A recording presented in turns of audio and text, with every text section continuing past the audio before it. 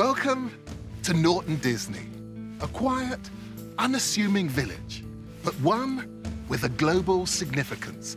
And the clue to that significance is in the name. The local church is resplendent with medieval tombs, a legacy of the Disney family who carved this corner of Lincolnshire in their own image. Walt Disney himself visited the village in 1949 in the hope that he might be descended from the knights buried here. And he was so inspired that he took elements of this iconography back to the very heart of Disneyland in America. But who were these knights? Where did they live? And were they Walt's ancestors? We've assembled a cast of over 100 people to take us back to the land of the Disneys and hopefully beyond. And as ever, we just got 3 days to do it.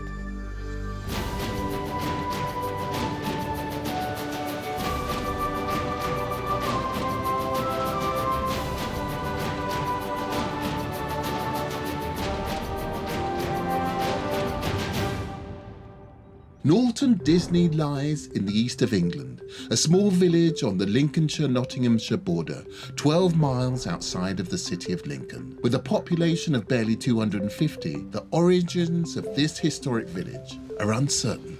Good morning. Hi. Hello, Gus. Hello. Gosh, it's quite a side, isn't it? Yeah. Lots of questions. Richard? Yeah, well, we know that the Disney family had a moated manor house somewhere in this vicinity, close to the more modern building here. But that's about it. We don't know exactly where it was. We don't know whether it was fortified, how ornate it was, whether there's a complex of buildings. We just know that there was something here. Well, I've been taking a quick look at what we've got, and we've got evidence that there's a moat shown on an early map, or at least one arm of a moat. On the LiDAR, we can see this field in here is full of lumps and bumps. There's clearly a lot going in. You can see that we've got all these lumps and bumps in here. We've got some ploughing going across some features here, which look as if they might be possibly part of a building range, which looks really interesting. And those lumps and bumps, they continue all through this area. So I think we need to focus in here. This is where we really need to start and work out from. And for once, the geophysics is agreeing with Stewart. I see this area as being where the main activity probably was. We've got clearly the moat, but I don't see any buildings out there. There's very little going on in that field. All the activity is concentrated in here where the earthworks are. Well, we've got kind of two targets here. We've got the kind of moat, the enclosed manorial high status site where the Lords of Disney would have lived. But we've also got the village, which is the community they would have kind of lived off. So what we're going to do with test pitting is start off by looking for the village. So we're going to do test pits in gardens up the lane there that leads up to the church, up the main street in the village, to see really kind of, was there a community here before the Disney Lords arrived? How did it fare after they arrived, and how did it do after that? So what happens next? Where are the trenches going to go in? Sort of question really is to go for the house first or to go for the moat, and I guess we want to go for the house I want to go first, the house first, and then we'll do the moat afterwards and see how that interacts. So we better get on. So the team will look for the manor house in this area. And the test pit volunteers will be digging up and down the main street and around the church. Richard Osgood is in charge of the excavations, looking for the remains of the manor house. Chris and Hilda will dig it. Yeah, you could. I think that's probably about where we want to be. Meanwhile, Carenza and I are heading to the village hall to greet the 50 volunteers digging the test pits today. Amazing. Thank you very much. Thank you. If you can assemble yourselves in groups, that would be great. So this is where all the volunteers are coming to. They're all waiting inside the hall. Okay, I can't We've got wait to meet them. got kit in there, kit in there. I'm going to go and see how they go. Okay. Beginning of day one. And this is a bit I absolutely adore, meeting all the volunteers. We're going to get sorted. Hello. We'll get all our volunteers in. So this is our plaster thousands. Oh, sorry. That's all right. It's so busy in here. Wow. Is there anyone here who hasn't done archaeology before? You. So what attracted you today? I'm doing a classical studies degree as a mature student, and so I thought I'd want to come and see how things are found. Carenza. It's buzzing, isn't it? And what is the hope that will come out of today? Well, I think what would be brilliant is if we'll get a whole load of pottery and other finds, but the pottery is the really easily dateable stuff, all up and down the high street. We'll be able to say, well, we've got, pre-Norman conquest here, we've got Roman here, we've got high medieval here, we've got the period after the Disneys had left here. We'll be able to see how the village originated, how it grew, and then how it shifted maybe, and then maybe how it contracted. That's what we should be able to get. It's like pieces in a jigsaw. And they're like lights on a map, and they'll come on and off at different times. Wow. I hope. Right. Okay, has everybody got into their groups with their panel, showing their test bit number and any equipment they brought with them? Yep. Okay, great, right. Find your sites, start your excavations. Good luck. Up and down the high street, test pits are open. Oh, yay, it stands up on its own. Some are seasoned archaeologists, others complete novices. I will go in for that. I wouldn't be doing it that way. And as the test pits go deeper, we'll be following all of the action over in the dome. Helen, so the nerve centre. Absolutely, This is where yes. it's all kind of being yes, planned. Yes, and I'm looking at where we've put all the test pits, because this is a map of Norton Disney, the beautiful art It's a department gorgeous map. thing. Yes, it is. And all the red squares are the buildings. Here's a church. Here's the dome, so that's where we are, by the Manor House. And these are all the test pits with their little holographic shovels. This is just the plan, though. When the results come in, we're Right. going to have to go the high-tech route for that, and that is through there. OK. Hey, Derek, lovely to see you. It's all go. We've got loads of information coming in already. So we've got John's been sending in his geophysics. We've got some drone data coming up. It's all looking really tasty. But we're also able to start to position the trenches and bring in data from them. Yeah, with so much stuff going on, it's really important we can kind of bring it all together spatially. We'll be able to place the geophysics in the right place for you, so we'll be able to, the picture will start forming. Stop a minute. In Trench 1, the very first signs of occupation are now visible. So again, you've got lots of mortar on that. Have a look. Is that a bit of shape? Yeah, have a. Yeah, it looks like it might be. Let's have a look. Yeah, it's all.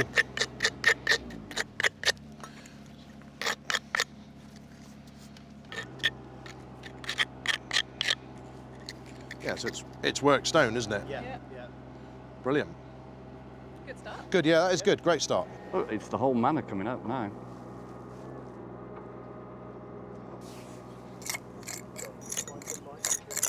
So we've already got quite a lot of building rubble coming up. Here we go, some fine strays. Ooh. What have you got? That's What a good is noise. I mean, there's definitely mortar here, isn't it? Yeah.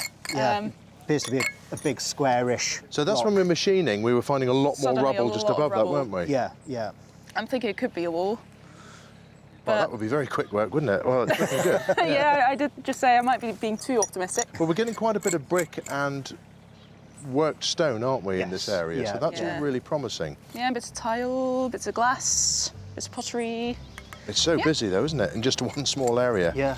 Brilliant. Good start, good start. That's a really good start. Wow. Richard requests an extension to Trench 1 in order to follow what might be a wall feature. Meanwhile, across the village, 8 test pits are now open, and around 50 volunteers, young and old, are doing their bit to take the village history back in time. Members of the team are on hand to help the volunteers to get to grips with the process of test pitting. The important thing is, so you're going down sort of every 10 centimetres. Okay. Once you've done your 10 centimetres, take a little photograph, fill in all your sheets. They're nicely self-explanatory, just follow each line. Don't think I'm going to let anything go past us, basically. And it's not long before the first finds see the light of day. The village is a buzz of activity and excitement not least for Julia, who owns the paddock where Trench 1 has gone in.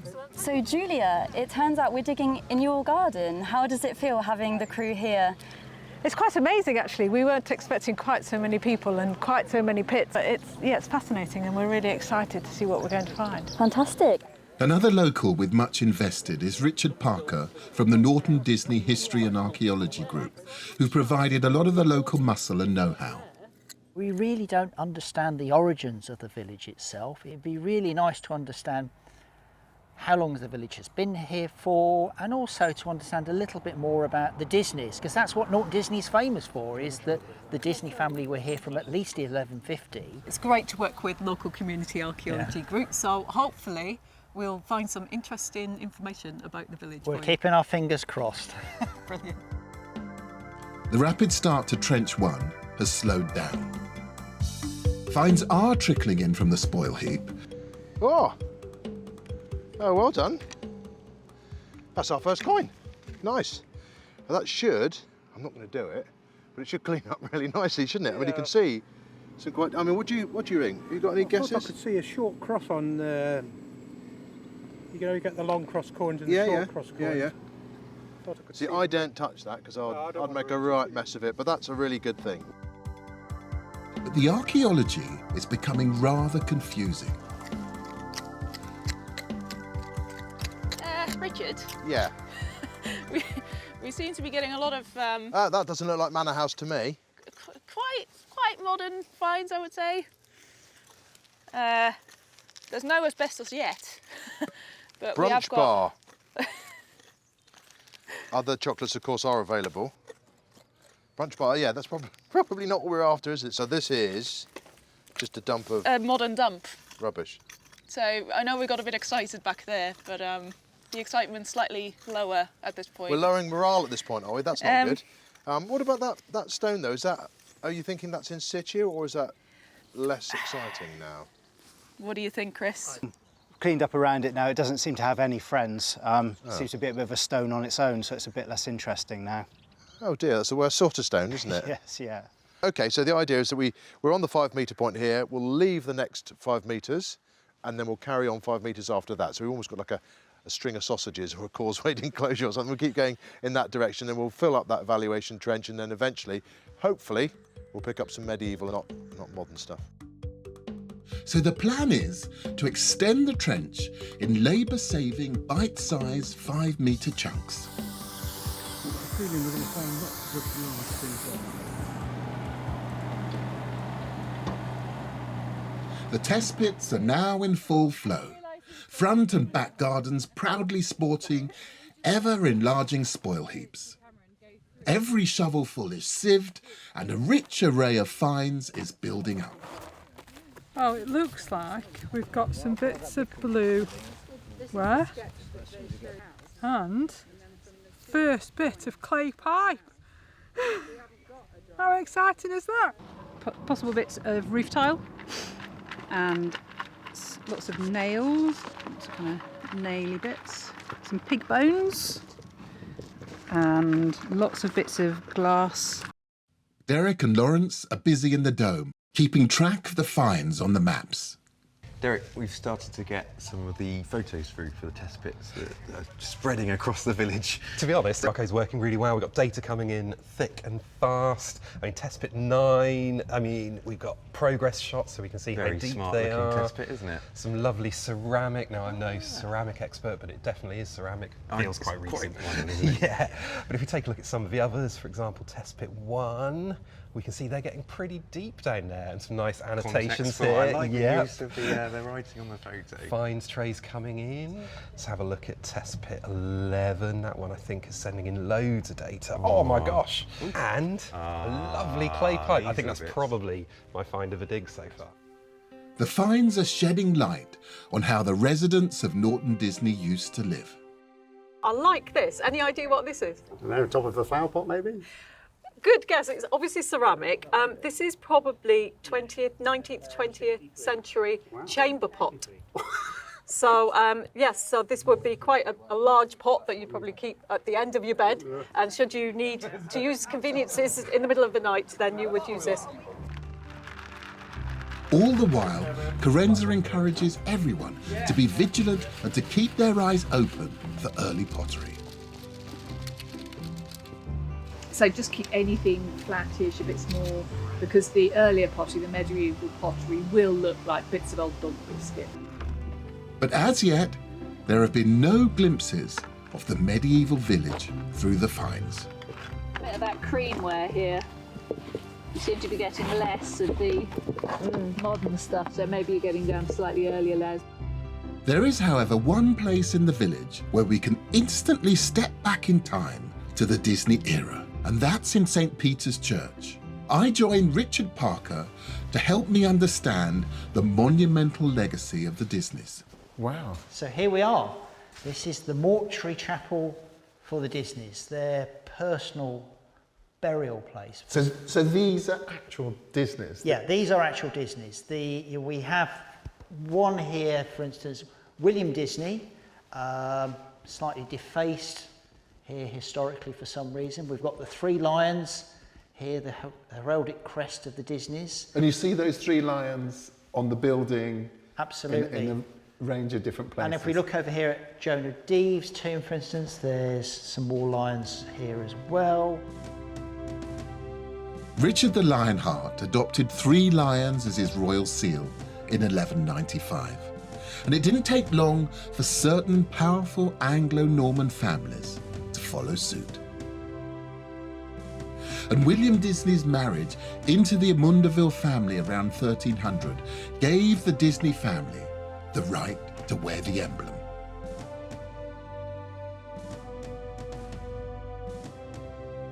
That's clearly a statement of who they saw themselves out as an important local family, the fact they adopted this symbol that was seen as strong and powerful. Been a really important part of the Disney universe at the time, you know, in terms of the fact that the ancestors were buried in this special place. Over in Trench 1, Richard wonders if they might have hit a significant context. The yellow layer, it's completely different to everything we've had. So I'm wondering whether we stop at this level, which is so much higher. Yeah, that's the most promising we've had so far. That looks like the sort of, almost like robber trench material you might get. Jon, however, isn't convinced. This is picked up on the radar, isn't it, Jon? Yeah, but I think it's just ephemeral, modern dump. I think the potentially interesting stuff is going to be down at least 90 centimetres. Oh, right, we've got a right distance to go then, aren't we? There's nothing in it, is there? No, I mean, it had that look of sort of robbed out wall, but the depths aren't right. I wasn't happy with quite how shallow it was looking, given the depths we were expecting and the depths of topsoil everywhere else. So yeah. I'm sort of minded to machine it away. I think machine, yeah. The feeling is growing that this part of the field has been heavily altered. Well, we know that the area of the moat was bulldozed, don't we? Yeah. There's no reason why. So I'm wondering whether that might have been, yeah, not long before. In 1978, local farmers flattened an old earthwork and suspected moat in the adjacent field. Did that landscaping extend all the way up into the paddock next to Julia's house? We're not getting any pottery that hints at it being anything other than relatively modern. So I think, yeah, if we're going to get down to the medieval, and this is just an ephemeral spread, we're just going to have to keep the machine going, aren't we, on this bit? I think hit it hard.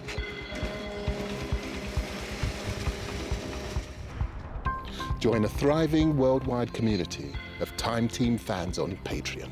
Our new target is to reach 15,000 worldwide supporters on Patreon by the end of 2025. This will enable us to continue expanding the Time Team world with more digs and greater access than ever before.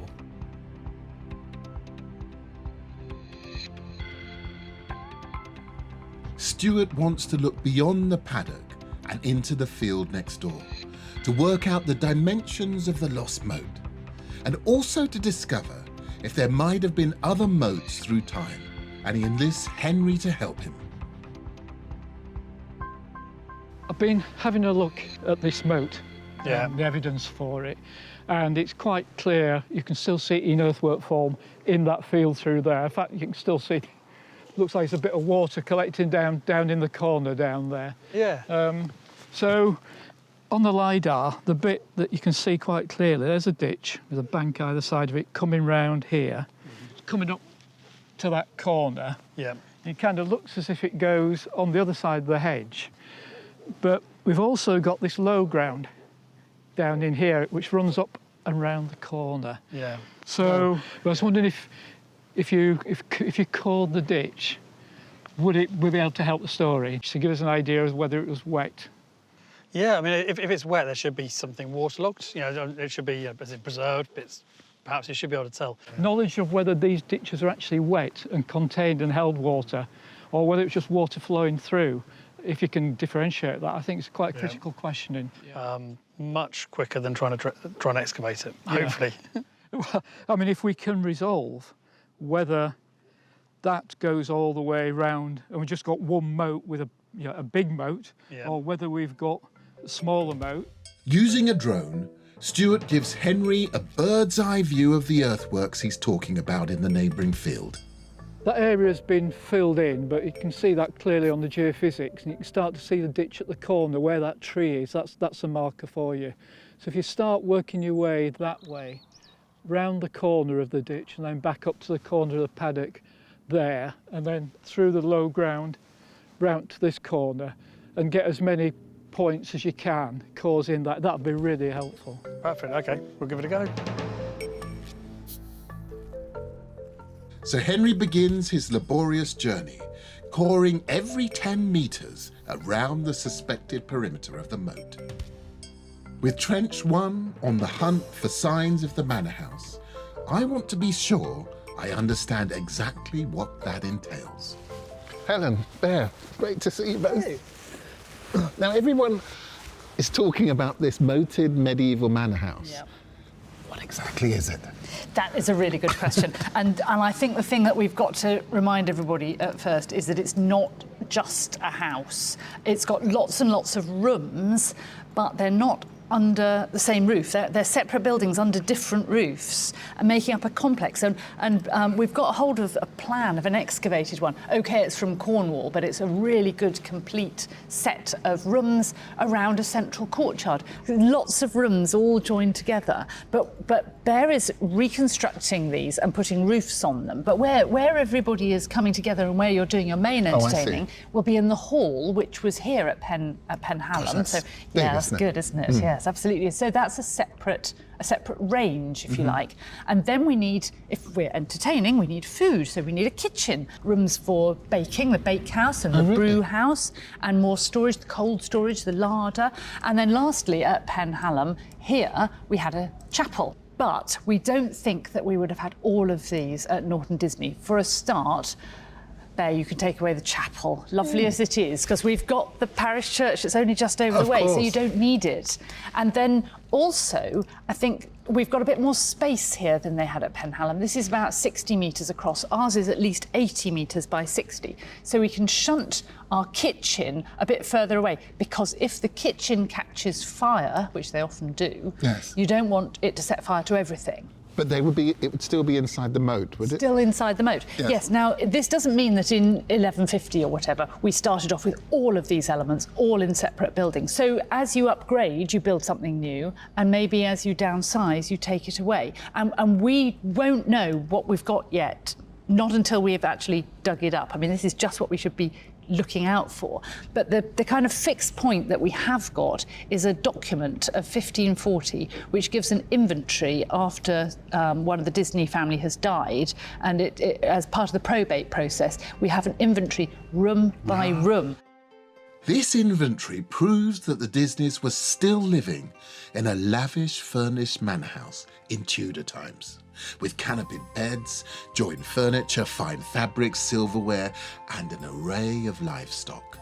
And the list of rooms is equally impressive. We have a hall with a chimney, so maybe something like that. A great chamber with an inner chamber. We've got a middle chamber, which could have been at one end of the hall. a great parlour with the chimney. Well, again, that could have been in there. A nursery. And finally, we've got a kiln house, which is, again, something to do with malting, brewing. Oh, so really? we've got all of these elements in 1540. But it's quite a significant complex. We know, I mean, if those are the constituent parts that we know, Yes. that this is kind of quite high prestige, that Yeah. a wealthy family. Because a manor Yes. is the thing that a lord controls. Yes. And so a manor house is the centre of the manor. They'll be coming here to pick up their rents, to eat their rents, which are mostly in the form of food, to hold a manorial court, to show themselves to the people, to do all the things that lords have to do. And all the things that lords have to do require lots and lots of rooms. We won't know what we've got here, of course, until we've actually dug it up. But the material evidence is out there in the ground. So Touch wood. hopefully we can go and discover it. Hopefully. Yes, it's got to be somewhere.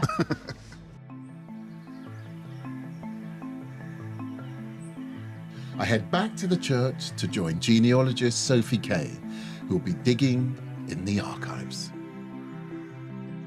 I found it so intriguing today, because you come in here into the church and you get a really strong sense of the Disneys.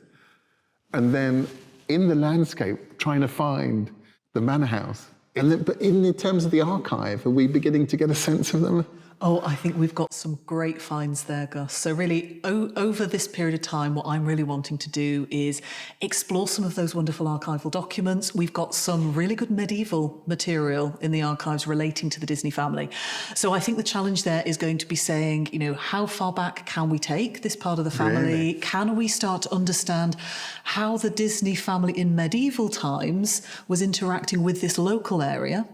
And ultimately, how does that interaction of the people with the place start to evolve over time into the village of Norton Disney, which ultimately, of course, the family gave their name to? How fascinating. So I think it's going to be a case of delving in, seeing what we can understand there, and starting to tie some of those archival finds to what's hidden in the landscape. So I think seeing what's going to happen there over the next few days is going to be a really interesting thing, I think.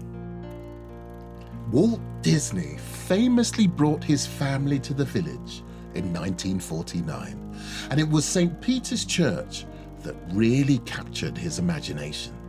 For a man born in Chicago, seeing his family's name carved in stone in a medieval church must have been unforgettable. And with Disney descendants spread all over the world, this village retains that pull. And we've been joined by a number of descendants of the Disney family who are hopefully going to help us to find that medieval moated manor house over the next 3 days. Hey, so Hi. it's Simon and Jane. That's correct, yes. Glorious Hi there, to meet Gus. you. So you're actual descendants of Disney? Yes. Yes, Yes. We're cousins as well. Oh, really? Yes. Jane, an Australian cousin, and I'm the English cousin. Yes. So what's it like coming back to Norton Disney? Yeah, we wanted to sort of be part of this. We wanted to be part of this and connect again with the Disney family. Yes. And as my father always said, we are here because they were here.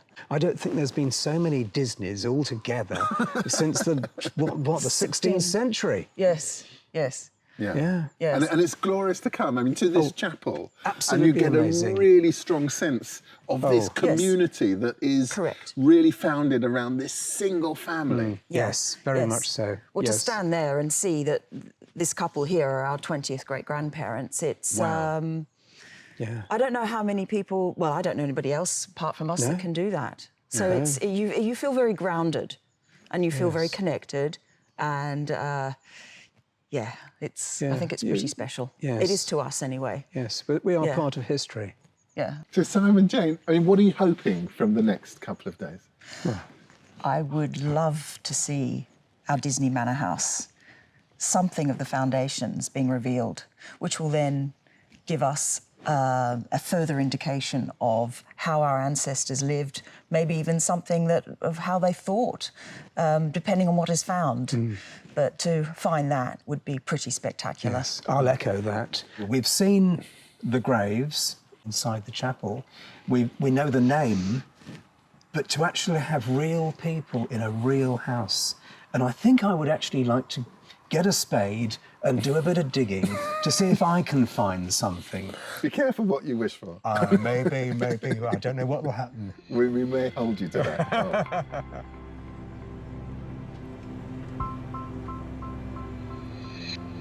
After a long day of digging, Trench 1 is awash with finds. But are any of them medieval? Everything that I've seen has been 17th century or later, but I keep hoping for something earlier. Have you got anything earlier? No, I don't think we have. So what have you got? You've got lots of We've stuff. got lots of stuff. We've got lots and lots of stuff. So this tray comes from just at this end of the trench. Okay. And we have clay pipe stem fragments only. That's a big one. It's got quite a big bore, hasn't it? Yes, that one has. Yeah. So there's the foot, and then the bowl would be up here. One piece of window glass. Oh, and is that quite late because it's got all this iridescence? I would think so, yeah. It's very badly decayed. It would be quite hard to tell what date, really. But the decay is very common in recent glass. Yes, 18th, 19th centuries. Okay. And then we have some pottery.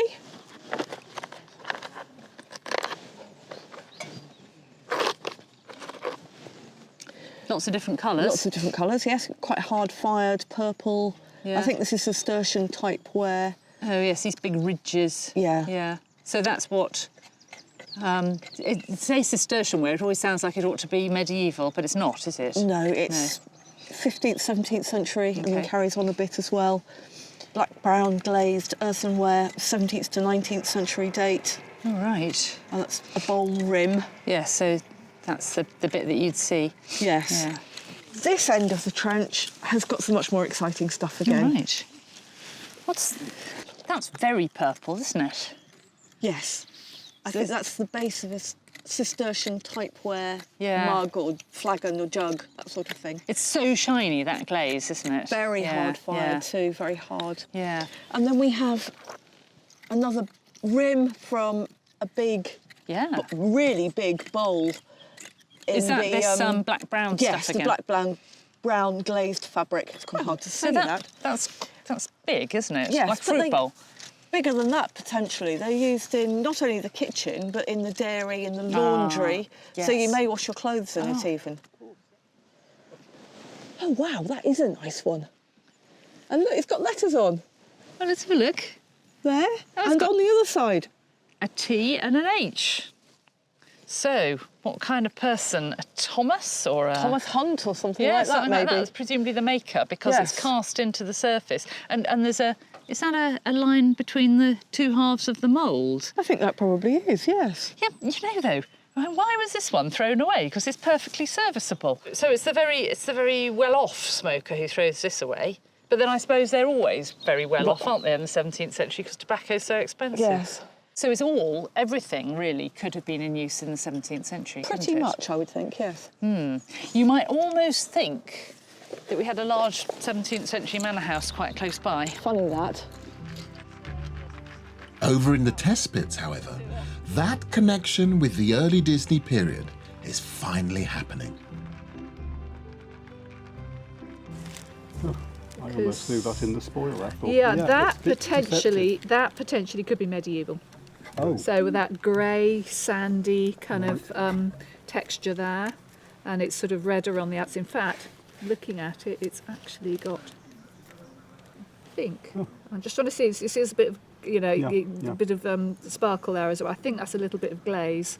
So it looks like a bit of glazed late medieval pottery. It's quite... So that's been dug up before and then ended up back in the top again? No, well, yes, yeah, absolutely. So it's all been disturbed, because obviously it's but what is that's the first bit of medieval I've seen. Excellent. So that's really good. Sophie joins Disney Descendant Jane to look through some of the rather impressive family history sleuthing. So Jane, I know you have been doing your own family history for a number of years, haven't you? And I can see here in your hands you've got quite a large scroll, which I understand you've been sort of putting together over time. So I've started with the first Disney ancestor that I know of, and it ends up with the living descendants from today, so it's quite long. So you'd like to tell me a little bit about how you've been producing this. I can see if we carry on all the way down here, You're all the way down here, aren't you? Right at the bottom almost. And as we all know in family history, we are not after just the bare bones of names and dates and places in a family tree. We really want to flesh it out into a more three-dimensional story, don't we? Yes. Of course, one of the other things I can notice straight away about this scroll that you've been putting together is the heraldic element to it. Now, I know we've talked a bit, haven't we, about I think the Disneys of Norton Disney, and indeed for the period of time when the family was up at Kingerby, I think they had a real eye for their own brand, in a sense, in terms of their heraldic emblems. This is what I've been told is the Disney quarterings. The quarterings, it means that each one, aside from the fleur-de-lis, is the arms of their heiresses. So each coat of arms or each shield on here belonged to the wives that they married. And they were very picky in the wives that they married. So they were looking for power, control and money to keep the show on the road. And this is why it lasted for so long. So they weren't looking for just a pretty face. Yeah, I think that's a great point, because, yeah, I would agree, Jane. Certainly what we see during the Disney family history, it's easy for us to get that hook of the male surname, isn't it? Yes. And assume that that's all of the story. What we see time and again in the medieval period of Disney's, and actually beyond that, is they are exceptionally good at making tactical marriages.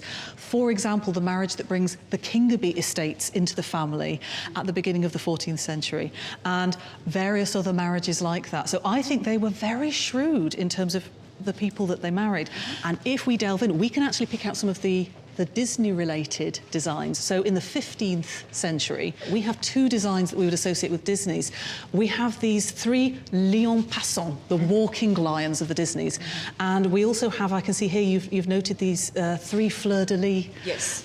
Design. That's a later Disney award that we associate with the Disneys of the 15th century. Yes. But certainly a lot of these speak to a family's self-image as well. So, for example, this design here that's got the little squirrels on it. Squirrels are taken symbolically in heraldry to imply sort of perseverance and diligence. So there are certain ways we can pick through and try and understand how some of these families either perceived themselves or maybe wanted themselves to be seen.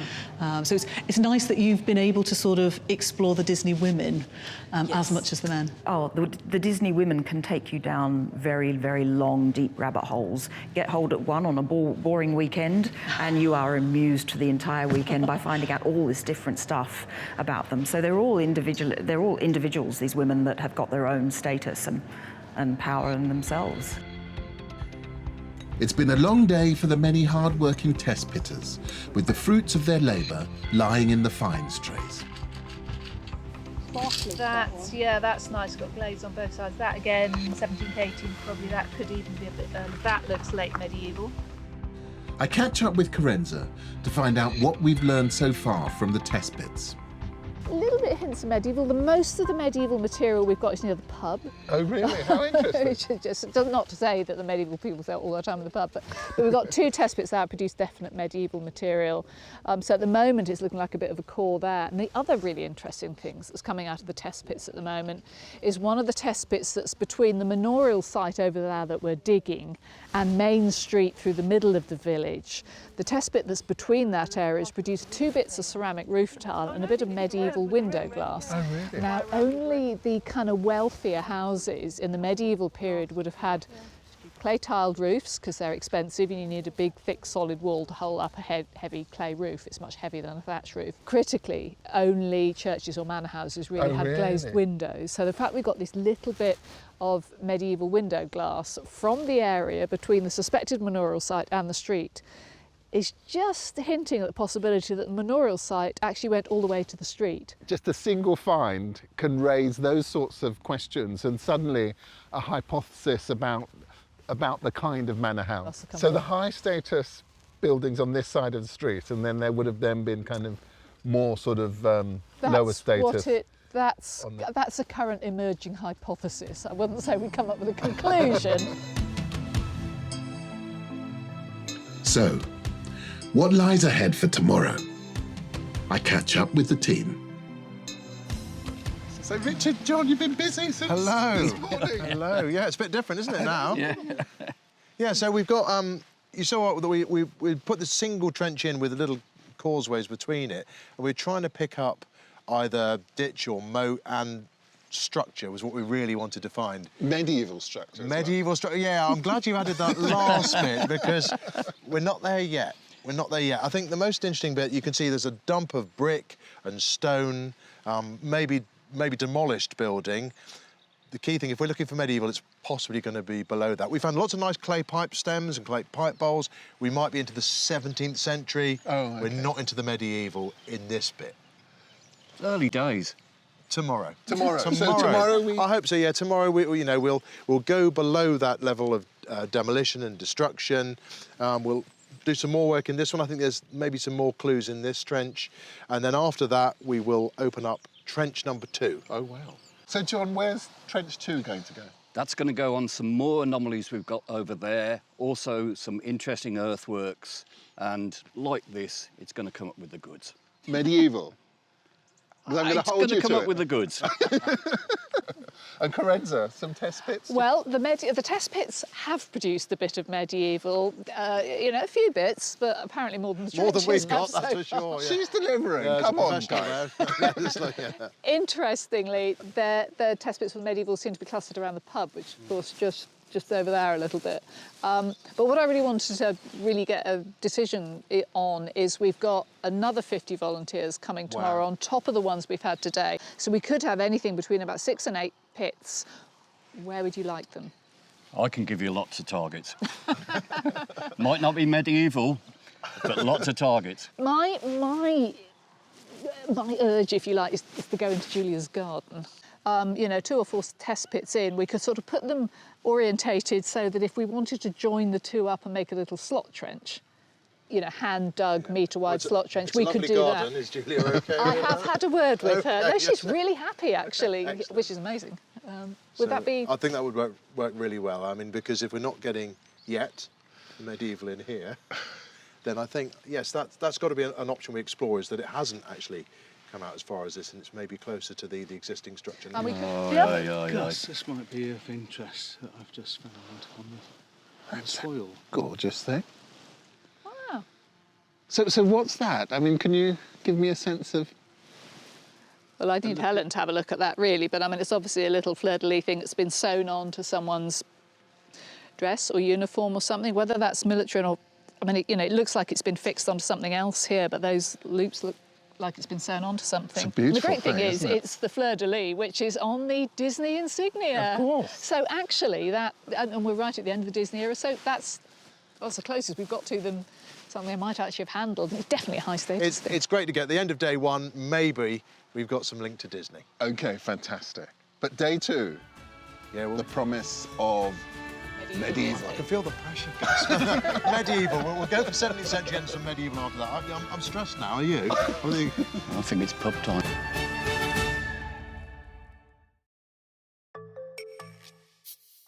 Join Time Team on Patreon to access exclusive 3D models, masterclasses, and behind-the-scenes insights.